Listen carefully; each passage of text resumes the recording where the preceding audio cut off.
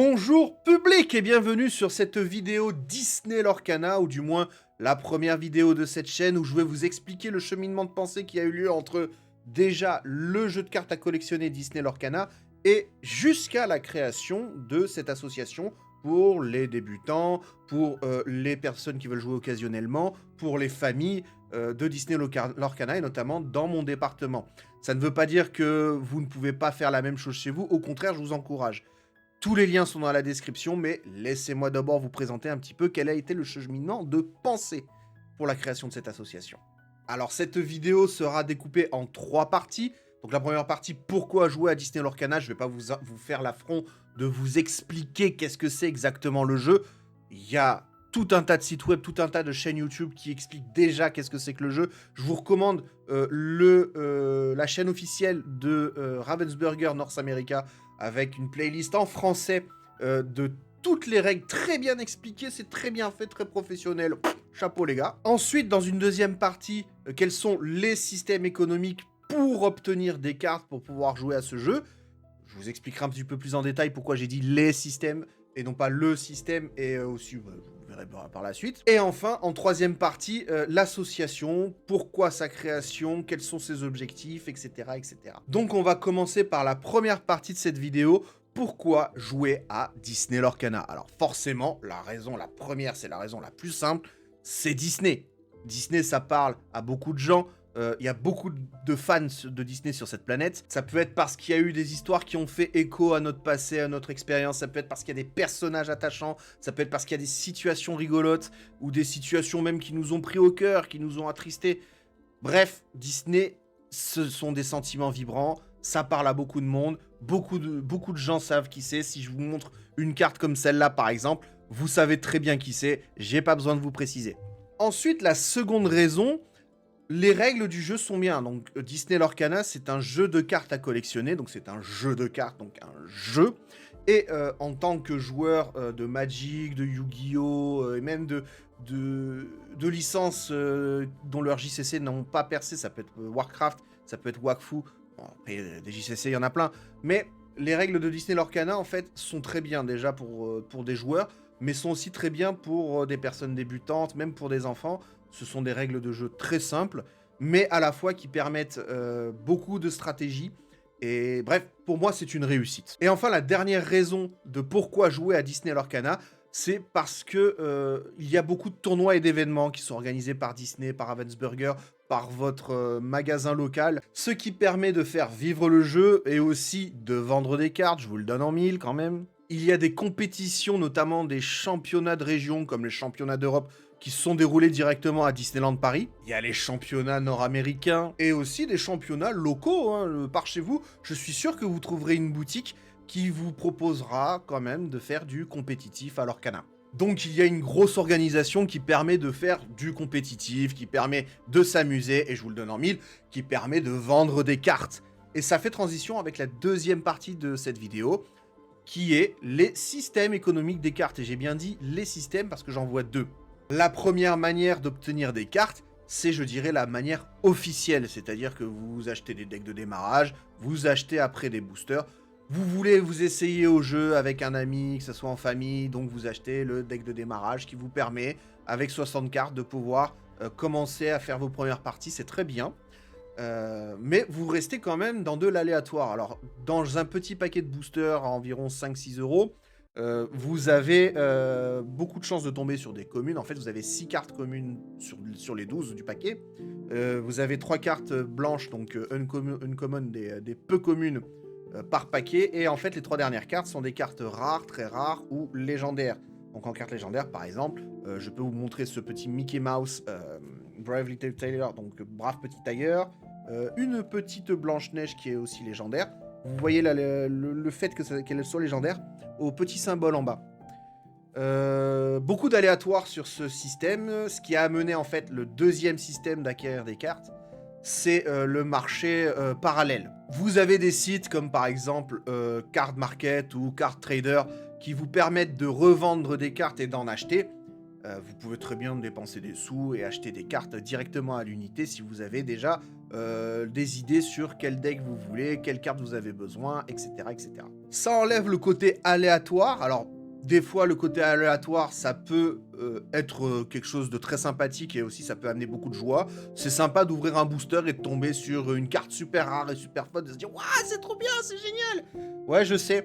Je sais ce que c'est, voilà, peut-être la carte la plus recherchée actuellement dans le jeu. Et oui, on est tombé dessus en famille, on s'est acheté un display de 24 boosters, on a ouvert les 24 boosters, on est tombé dessus en famille, on s'est cotisé, c'était très sympa. Et c'est pour ça que cette carte, peut-être que je la vendrai jamais parce que ça symbolise un petit peu le fait qu'on joue en famille à Disney Lorcana. Bon bref, c'était la petite parenthèse. Les marchés parallèles permettent d'enlever ce côté aléatoire.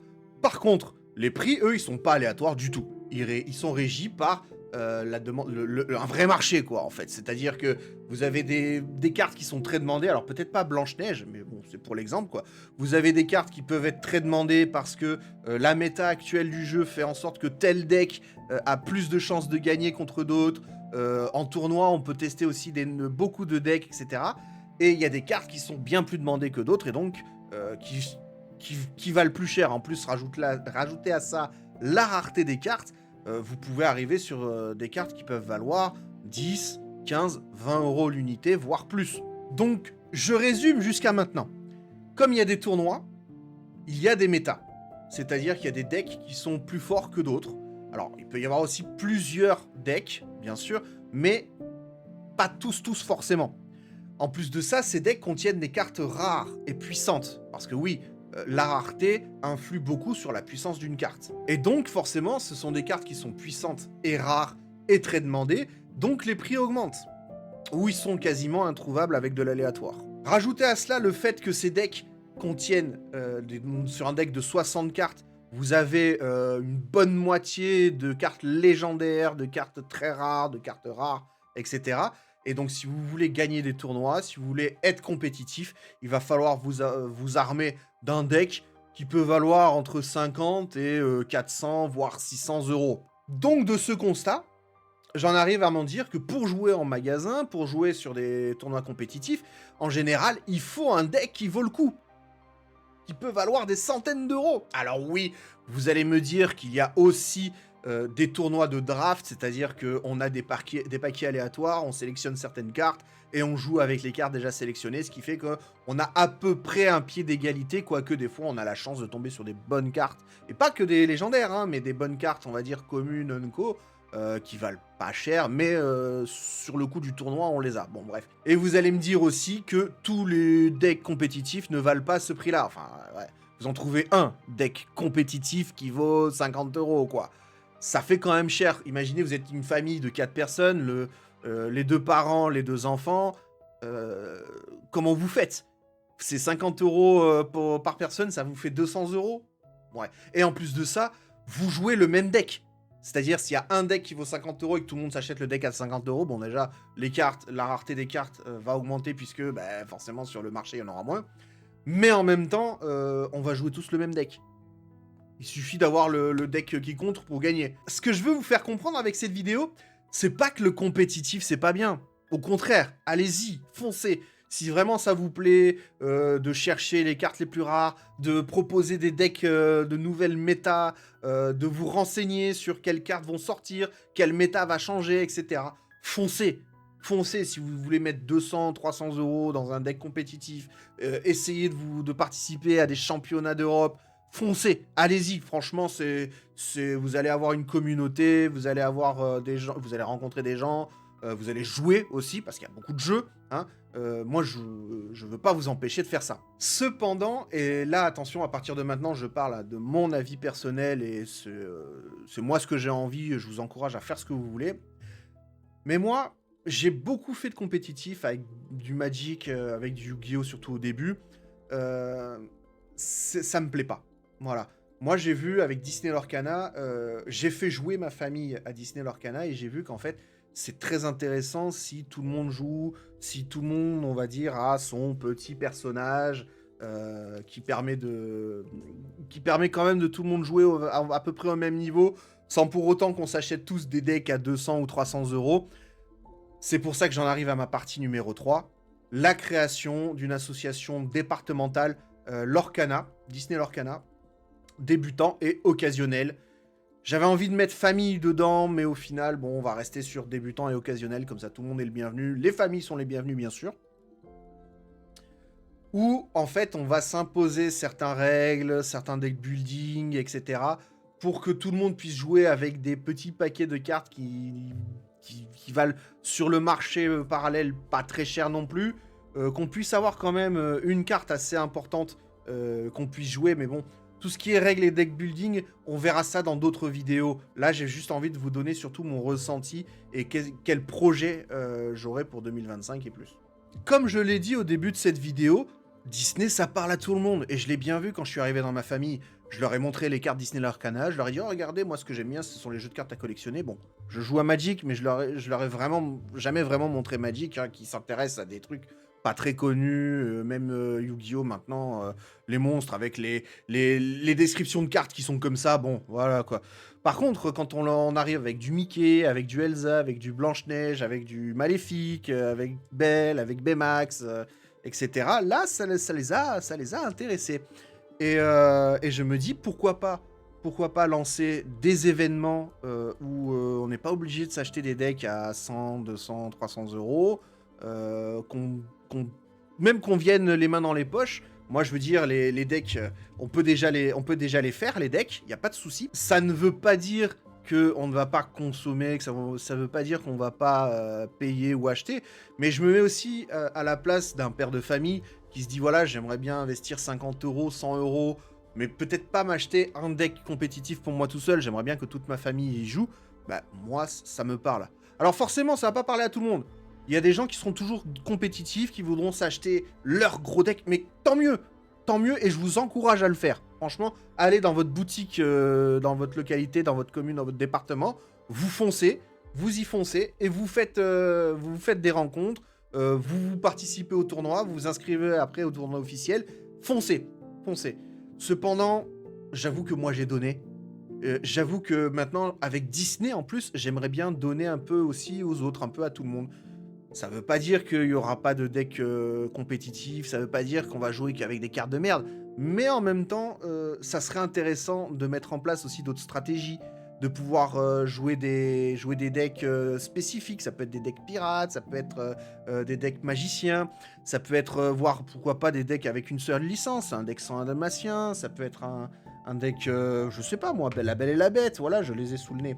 Donc autant les sortir quoi directement. Oui, un deck Hades, un deck TK. Ah oui, ça je l'avais fait parce que j'ai quelqu'un qui adore beaucoup tout ce qui est chien et chat. Donc je commençais un deck avec forcément le Roi Lion, les 101 Dalmatiens, Pluto, etc. Ça coûte pas cher, ce sont des cartes. À la base, c'est des bouts de carton. Hein, on n'en a pas non plus... oui, bon, ok. Même si ce bout de carton-là, il peut valoir beaucoup sur le marché parallèle, je vais quand même la garder. Mais bon, bref. Tout ça pour vous dire que moi, j'aimerais bien proposer des événements, qu'on puisse s'amuser pour pas trop cher non plus.